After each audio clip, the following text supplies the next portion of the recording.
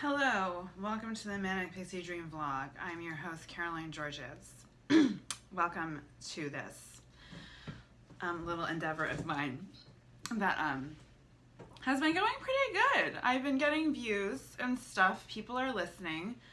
I have 35 subscribers. And yeah, honestly, I'm really proud of myself. I don't know. I'm really proud of myself. I'm really proud of my 35 subscribers. That's 35 people who are interested in what I have to say.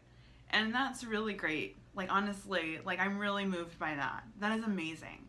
I'm still starting out, but I'm getting a couple hundred views and stuff on some of my videos.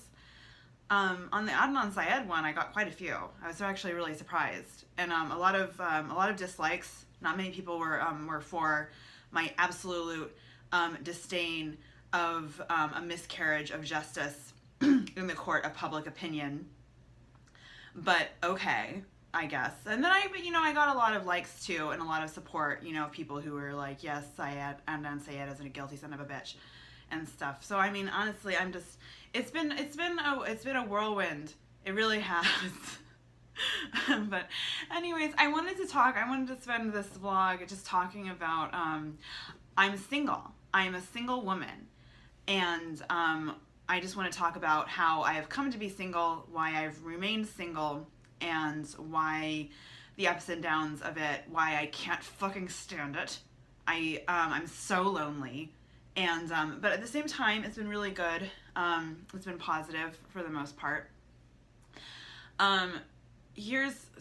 One of the reasons why I'm single is because I've come out of the closet, of the stripper closet. I am open. I'm a naked dancer. That's how my income. That's how I've paid for all of this, everything you see here. Yeah. So, rest assured, I'm living in a studio apartment in Koreatown. I really am not that, I make out like a little bandit, and I'm proud of myself. I work hard. I'm a smart girl, and I take from the well what I need. I pay for my podcast. I pay for my apartment. I pay for whatever I need to pay for, and I'm happy, and I'm grateful for that. Yes.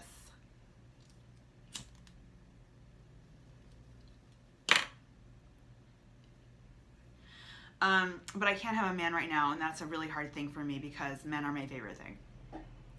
It might surprise you. Sometimes I think about just all of the stuff I've been through and just everything that I've gone through with men. And, I'm going through a lot right now with men, with processing. I really like the freedom of having nuanced views, and that I can love men and hate men at the same time, and hate them for all the reasons that I do, and love them for all the reasons that I do. Because the thing is that growing up, I felt a separation between me and my family. I felt just on the outskirts of everything, and I just never felt like I belonged anywhere.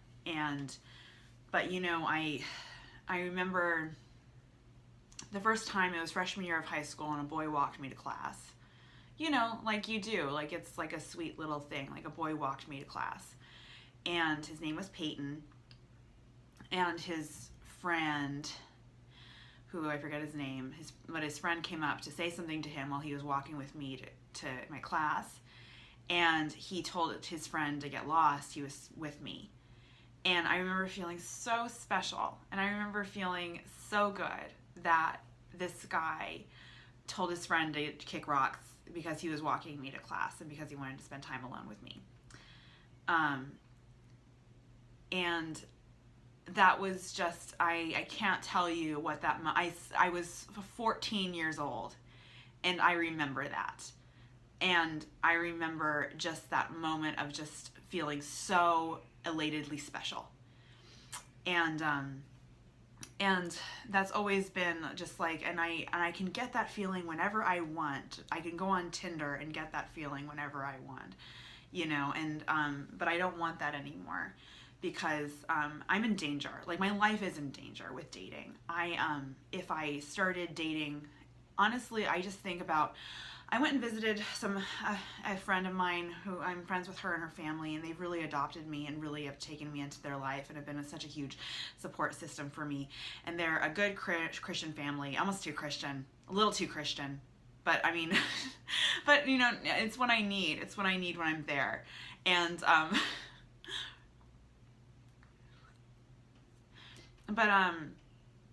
you know, just that wholesomeness and stuff. Maybe there's a part of me that has an aversion to that level of wholesomeness because of my lifestyle and stuff, and maybe that has something to do with it. But they're just a good, kind, wholesome family, and I don't, you know, and it's just, it feels so good to be there. But I was talking to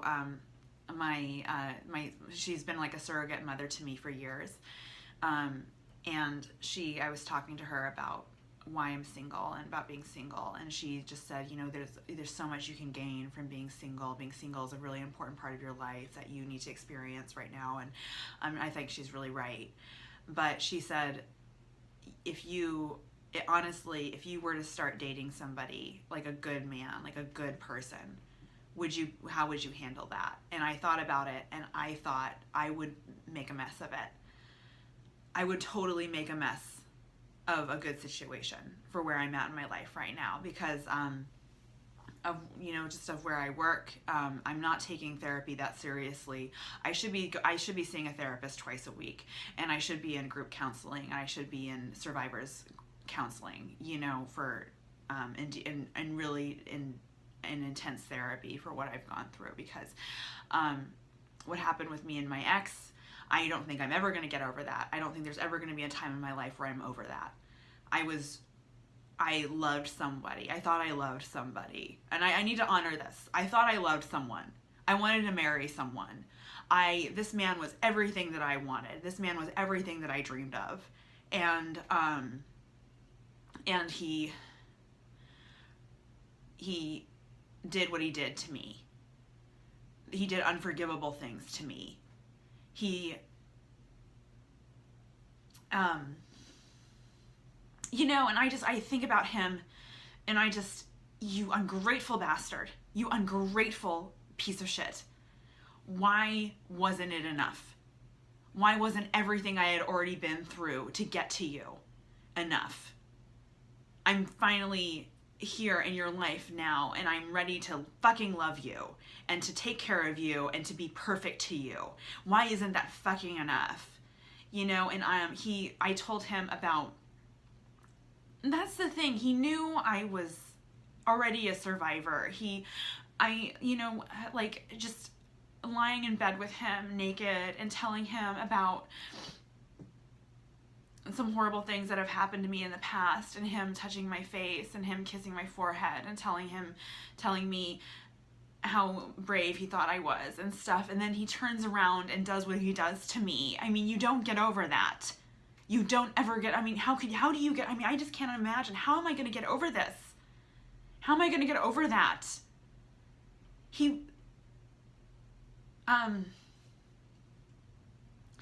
This man had his own fucking issues. This man was a sociopath. This man was a psychopath.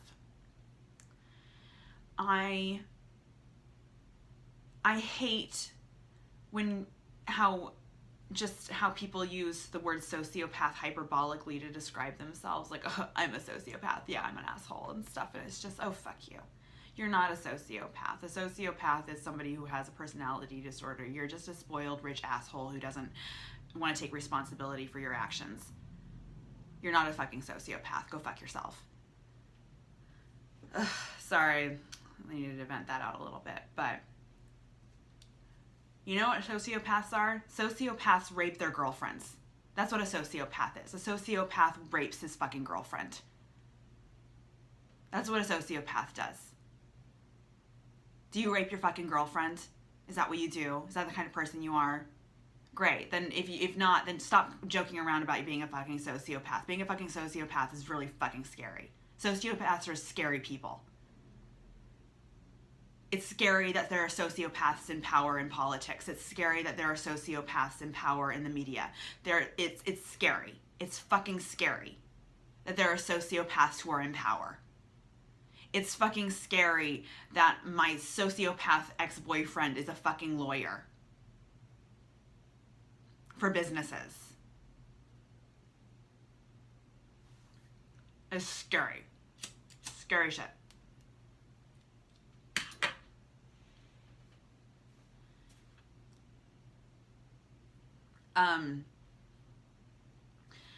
But I'm choosing to be single because there's a lot of guys out there that are sociopaths or even claim to be, and I need to protect myself because you know, I met this guy and recently, and he's super hyper masculine. He's really big, like big muscles. He was a Marine, and oh man, oh no, like Caroline, like think, you know, like what are you doing? Like it's just, I flirt with him like fucking crazy. I was chatting with him and I touched his chest and stuff, and it's like, what am I doing? What am I doing? No. Oh, damn it. But okay, so look, like I've been pretty open. I'm an exotic dancer. I'm a naked dancer, and that environment welcomes a lot of abusive people into it. And I have to protect myself. I have to save whatever I have left to give to a man. I need to save that because there is going to be a good man for me someday. I really believe that. There is a good man out there for me. There is. And I need to save this. I need to hold on to this and keep this safe because there's still parts of me left that can still handle a good man. And after I leave my job and after I'm in therapy and after I do group counseling and stuff, I want to be ready for that man, and I want to hold on to this because it's still there. It's still there. The parts of me that are going to be a good wife and a good mother are still fucking there. And I don't want to ruin that. I don't want to destroy that, and I don't want to fuck with that anymore, and so I'm not dating. The last sexual experience I've had was a sexual assault from a comedian here in LA, and I've named him in my past videos. And, you know, and I remember that day, and I go over it all the time. I go over that day all the fucking time, just analyzing it over and over and over and over again, like and how fucking stupid I was. Like, man, do you ever just do something that's just so fucking stupid, and you think back on it, and you're just like, how was I that fucking stupid? How was I that dumb? I can't believe I was that dumb.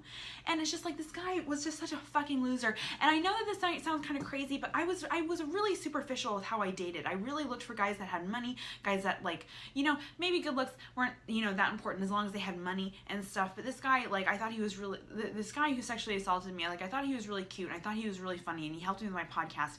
So I just thought, you know, this is the kind of guy that I should be going for. This is the kind of a guy who's cute, who's funny, and who wants to help me. This is the kind of guy I should value in my life. And but big mistake there, you know, big mistake, huge one, because he, you know, the day that he came over, he didn't have a place to live. He wasn't living anywhere. He was staying with friends, and I think he was couch surfing. And I've been there. Like I've lived that lifestyle. You know what I mean? Where I would just, like, you know, stay a week on this person's couch, and then a week on this person's couch, and then a week in a sublet, and then a week at an Airbnb, and then, you know what I mean? I've totally done that, and it's a stressful lifestyle. It's really hard to live that way, and so he needed a place to go, and he asked if he can come over just to watch TV, and so I think wherever he was staying, he just needed a place to come and to stay for a while.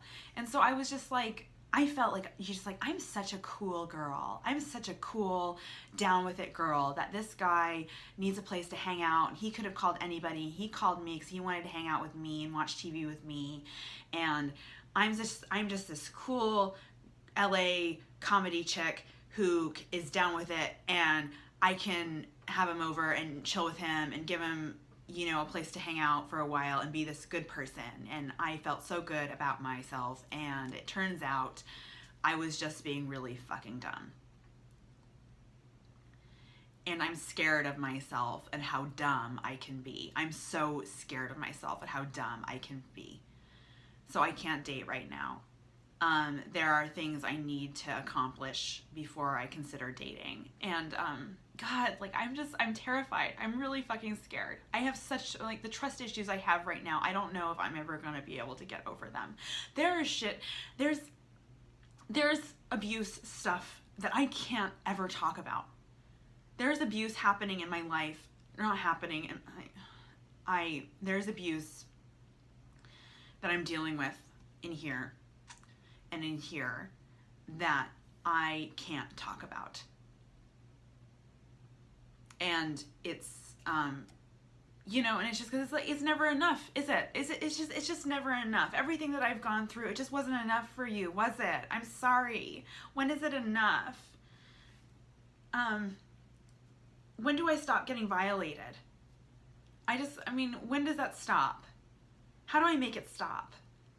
How do I make these violations stop happening?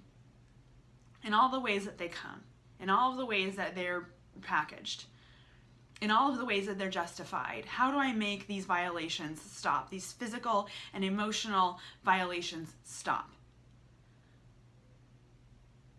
What do I do? What do I have to do? I don't know. I don't know what I have to do to make these stop. Because it doesn't ever seem like they're ever going to. And it doesn't ever seem like there's going to be men out there that make them stop for women. The only thing men can do is just not be the man that does it. And please stand up for women that it happens to, who it's been done to. Please stand up for them. Please stand up for me. If you're a man and you're watching this, please stand up for me, because I need you and I love you. It's always me. That's the thing. That's what's, you know what? I'm going to like toot my own horn right now. I'm the one that says not all men. That's me. That's me. I'm doing that. I'm saying not all men. I'm saying, hey, you know what? Men have felt my pain for me.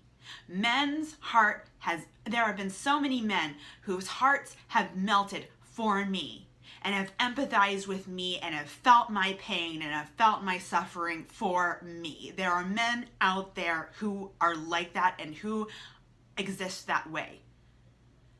So not all men. I will say that. I will say not all men. But there are some men out there causing a lot of damage who don't even fucking realize it. They're so fucked up in the head that they don't even fucking realize the damage they are causing to women. Please take abuse allegations seriously. It doesn't matter who it is. Please just take the allegations seriously. If it's your friend or your brother or your father or your grandfather or whoever, your coworker, I don't care. I'm so sorry that person had to hurt a woman, but please take the allegations seriously. And if she's a lying bitch, she's a lying bitch. You know? Like, so what? Lots of women are lying bitches. It happens.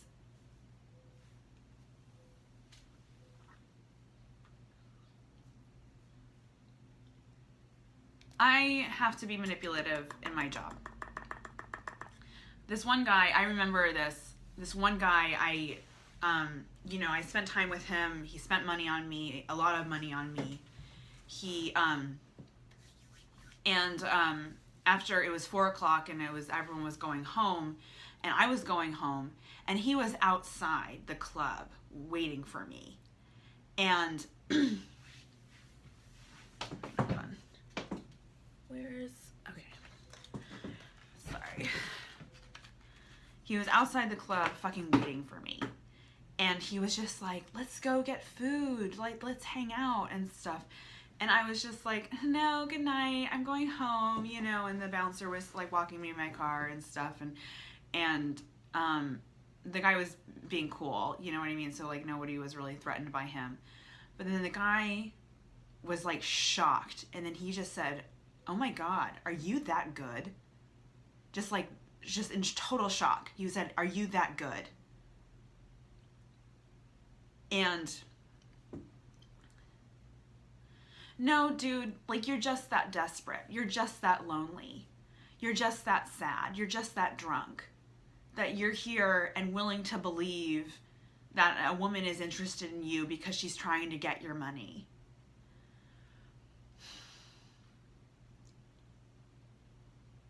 I have to do that. That's how I make my income. Most guys understand the game a little bit better than that guy did. And I'm sorry I hurt someone, you know. I'm sorry. I mean, I don't know. That guy probably spent not that much, like $400, $500, like not that much, you know. So I mean, but still, that's money he's never gonna get back, and he didn't really get anything of substance out of it, you know.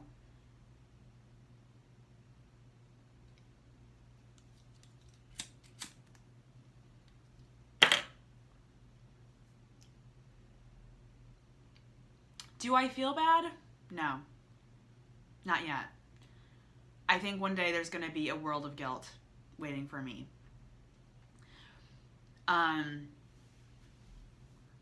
going to, once I leave, that's all I can do. That's all I can do. I have to leave.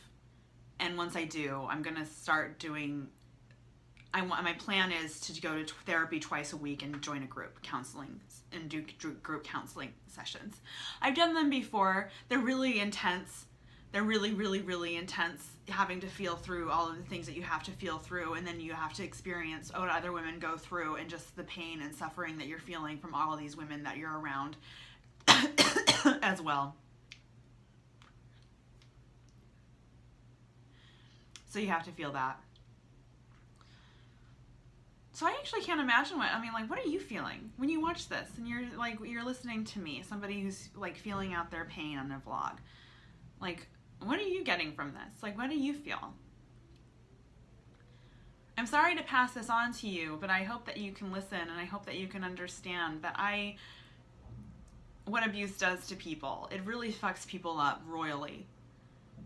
I actually consider myself stronger than most women. I consider myself a lot stronger than most women, that I'm able to handle it as well as I do, and able to have a sense of humor about it, like I do, because I do. I think it's fucking hilarious. Like, look at how fucked up my life is. Whoa, wow. Did not see that coming. You know, going back to my inner child. You know, that little girl watching Sleeping Beauty. You know, and thinking. That's the thing. I was watching Mommy Dead and Dearest, the Gypsy Rose story.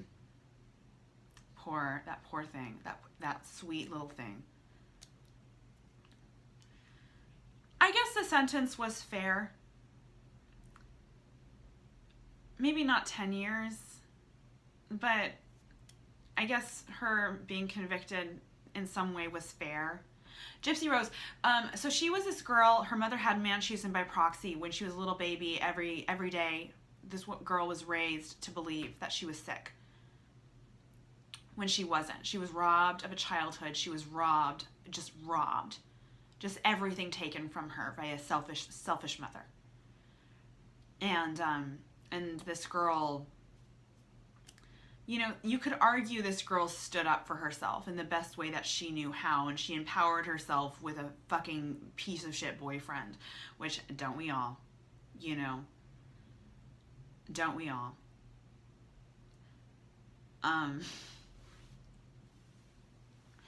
I just don't understand.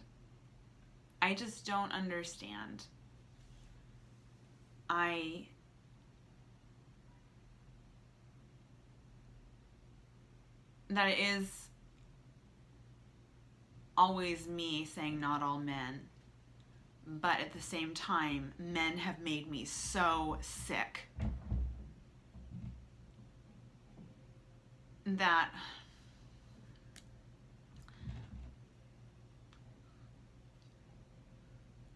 but like not all moms have man chosen by proxy.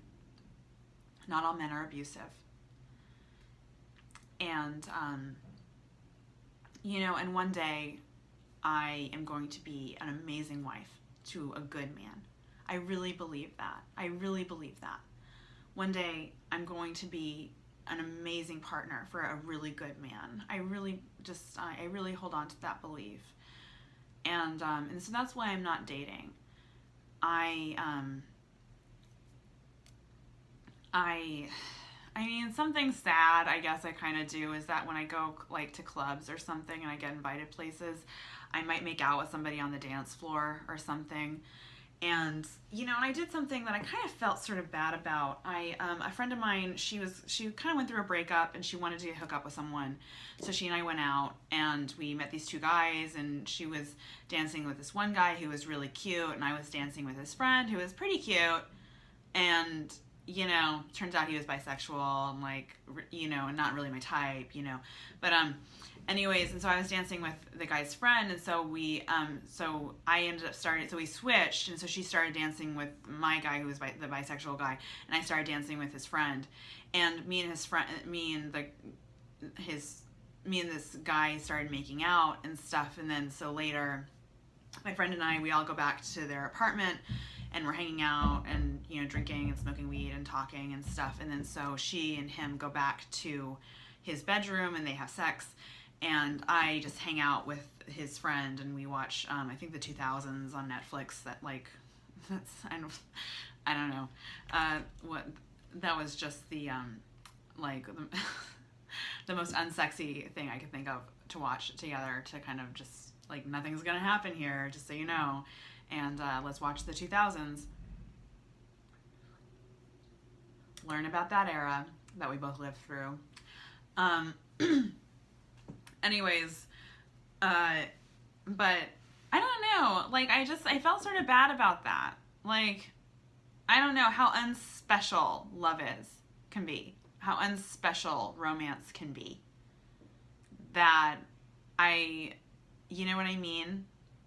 It can be just so not special. But it's like a little capsule, you know what I mean? Like, I have to take these little romance capsules, like these little romance nicotine patches, and just, and put it on my arm every once in a while to just ease the pain of being single and of being alone. But I'm sitting with my own thoughts, and it's so uncomfortable. I can't just get on the phone and text a guy, am I pretty? Am I pretty? Tell me I'm pretty. Am I pretty? I'm pretty. Oh my God, am I pretty? Like, that's what it is. Like, it's just telling me I'm pretty. Just please, just remind me I'm special. Just give me some semblance of meaning of myself, that I mean something in this world, by existing the way I do. And not having that has been so uncomfortable, has been so fucking uncomfortable. You wouldn't believe the dark moments I've had. You wouldn't believe the dark moments I've had being single.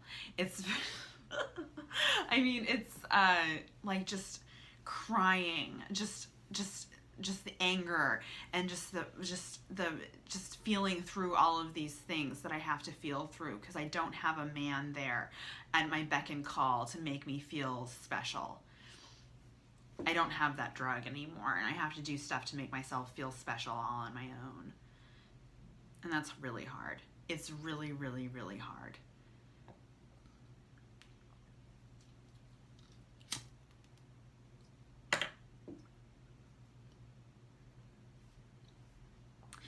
I wanted to name my ex who raped me. I wanted to name him because of what he did, and I want to destroy his career, and I want to make it so that he can never date anybody ever again, and I want to make it that I'm just angry, you know what I mean? I'm just really pissed, And I don't know. I think people can understand that. And but you know, I just want to ask him honestly. I would just want to look him in the eye and just like those times I made food for you and I told you how special you were, how special I thought you were, and how smart I thought you were, and how just funny I thought you were, and just like those everything that I did for you in bed, and everything that I just everything. Wasn't it enough? Why wasn't it enough?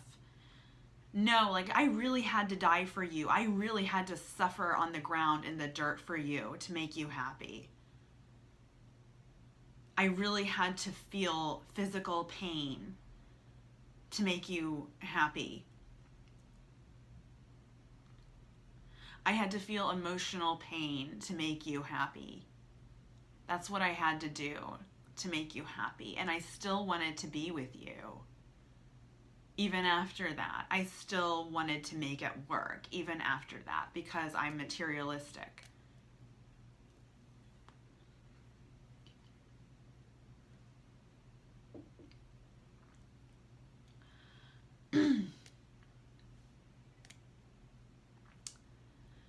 Anyways, look, thank you so much for listening to this, and thank you so much for watching this, and I hope that you're moved by it. And I just want to say I've gotten so many positive responses for these vlogs, and I'm just so grateful to hear them, and just to have that, just be able to have this outlet to put this out there and to just talk and tell you what I'm going through is just so amazing for me. And just thank you for listening, and thank you for watching this. Whoever you are, I don't care. I just think I'm just so grateful for you that you're watching this, and just thank you for listening. I hope you have a lovely day. Please like and subscribe. It helps my channel, it helps me grow, and my channel grow. And if you have any questions, or if you have anything that you would like me to do a vlog about, please feel free to comment or message me about it. And I would love to, I need ideas of things I can talk about. So please leave me a comment or a message. I would love to hear from you about it. Anyways, thank you so much. Have a lovely day. Goodbye.